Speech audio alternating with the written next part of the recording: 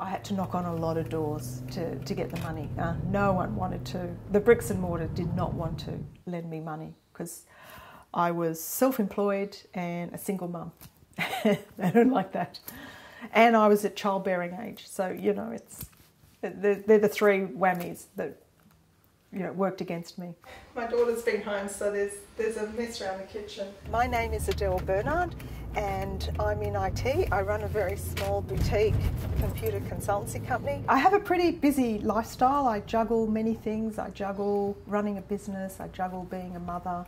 To do that, I try and keep a very healthy lifestyle. I look after what I eat and also try and exercise and keep quite fit. I've just been diagnosed that I can't eat wheat, so I have a lot of gluten-free, wheat-free stuff, dried fruit because it doesn't have any wheat in it, so I eat a lot of dried fruit and nuts.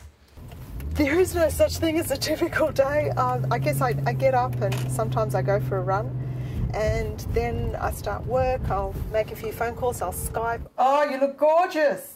Thank you, I mean, it's the evening over here, so I apologise. I have clients all over Asia, trying to expand also into the US. This week I was in Hong Kong for a meeting. Next week I'm off to the US. So there is no typical day. It's just a case of go, go, go, make hay while it lasts. Jazzy, are you awake? Were you sleeping? No, I've been up for like 10 minutes.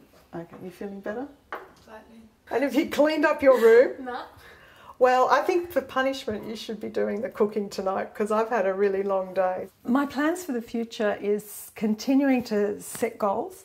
I've got personal goals and I've got financial goals and I've got business goals. My daughter and I have been travelling and we've been doing various runs around the world.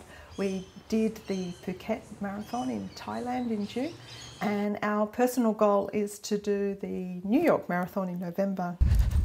To be able to say to her, you can achieve anything you want in life. You just have to set the goal, you have to be focused, you have to look after yourself and you'll get it. I'm very conscious of my fitness and I'm very conscious of my diet. And with the amount of travelling that I do, I'm able to juggle all of this, and because I have to keep a very high pace up.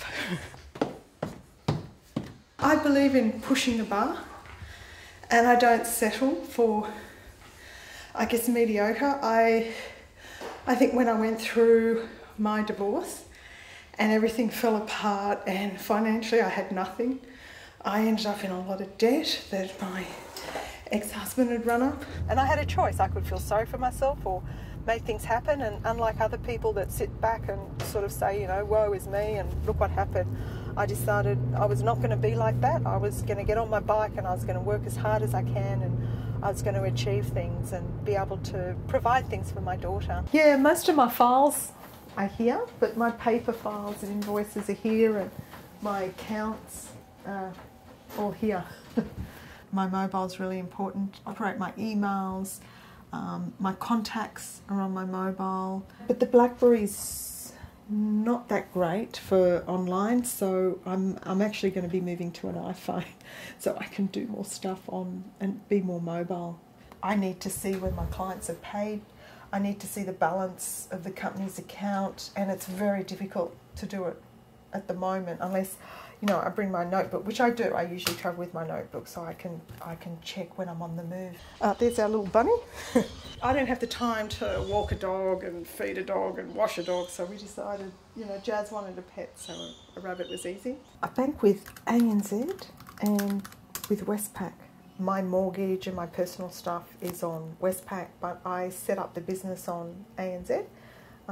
Just so happened ANZ wouldn't lend me any money for my mortgage, so, and it's very difficult to change everything over, so I've just left the business with ANZ and I have Westpac for my personal stuff. I set up an ING account for my daughter. I personally don't have one, but I set one up for her for a couple of reasons. One, I wanted her to save, because being a teenager, all teenagers want, and as soon as they have money, it's out the door.